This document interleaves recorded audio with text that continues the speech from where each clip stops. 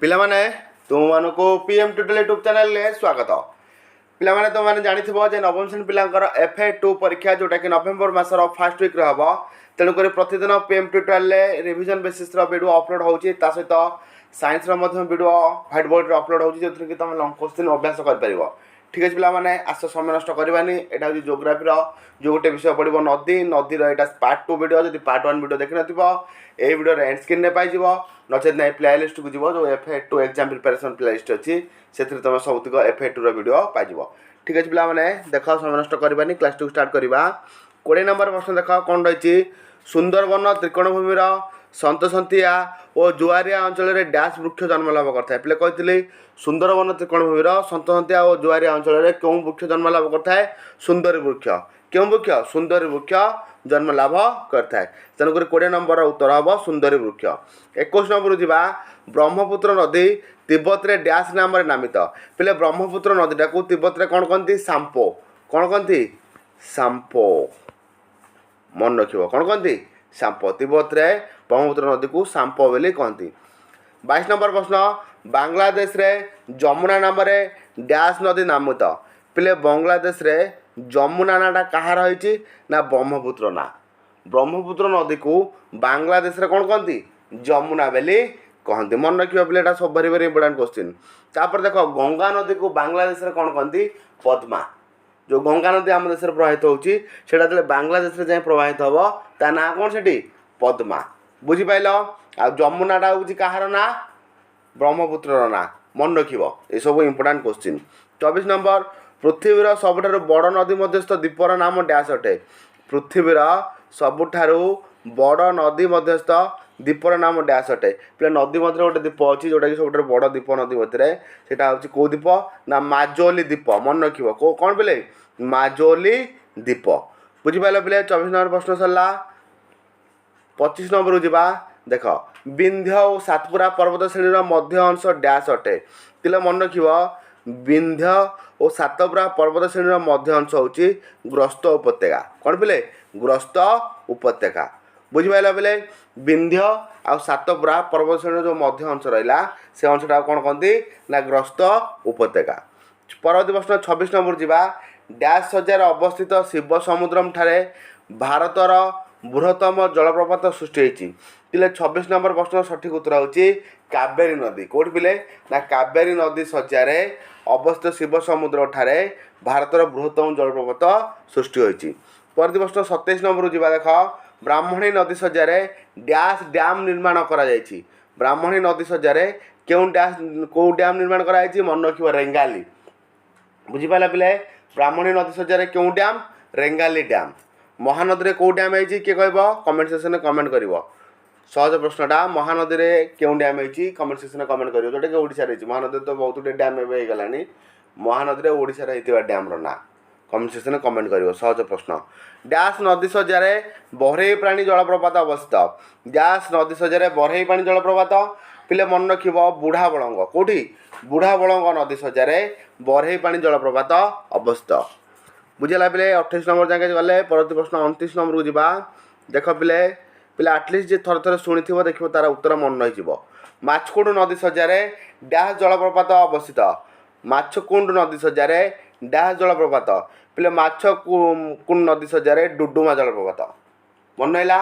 माछकुंड रोचे डुडुमा आ डैश नदी नदी सज्जार बरई पानी। बरई पानीटा कौटी ना? बुढ़ा बलंग। बुढ़ा बलंग नदी सज्जार बरई पानी।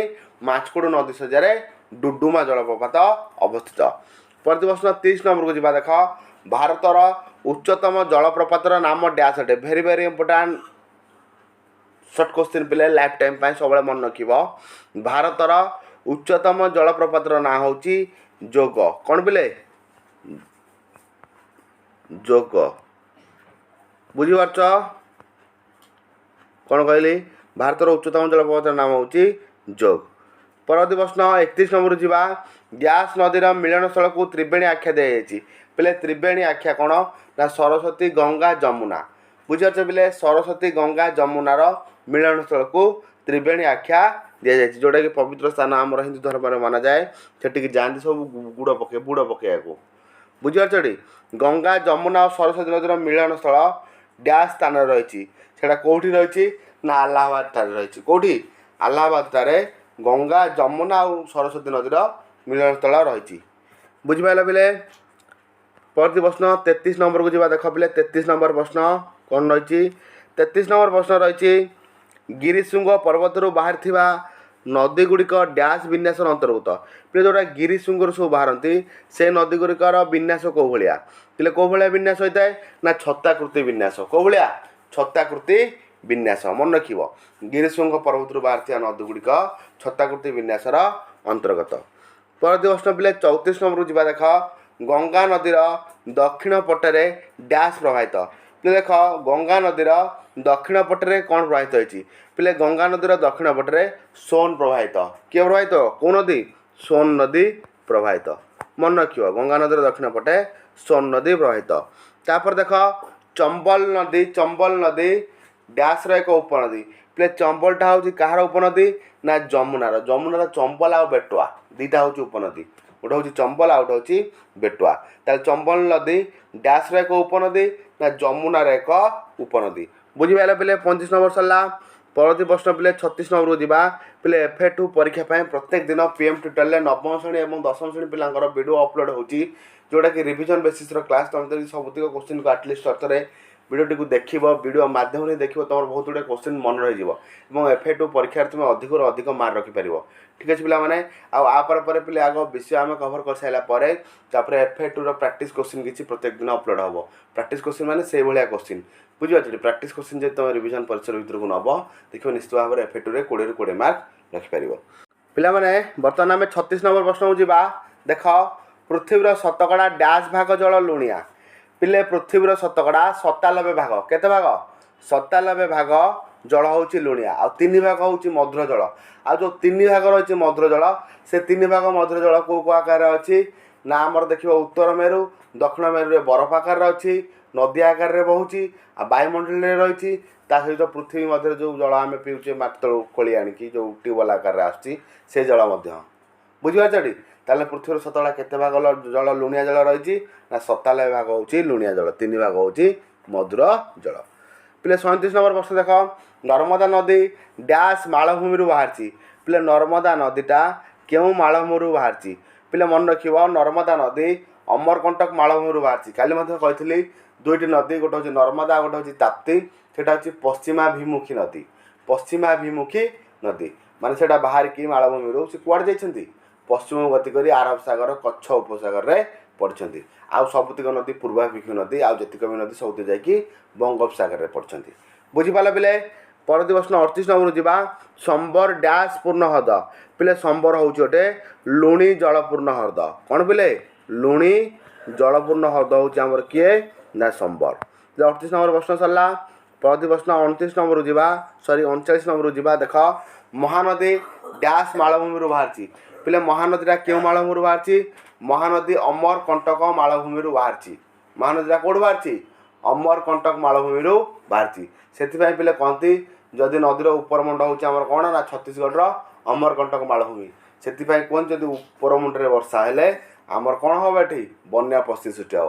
ଉପରମୁଣ୍ଡ ମାନେ କହିଲେ କ'ଣ ବୁଝିବ ନା ଛତିଶଗଡ଼ର ଯଦି ଅମରକଣ୍ଟକ ମାଳଭୂମିରେ ବର୍ଷା ହେଲା 2-3 ଦିନ ଧରିକି ତାହେଲେ ମହାନଦୀରେ କ'ଣ ଆସିବ ପ୍ରବଳ ବର୍ଷା ବନ୍ୟା ପାଣି ଆସିବ, ଯେଉଁଟାକି ବନ୍ୟା ପରିସ୍ଥିତି ସୃଷ୍ଟି କରିବ।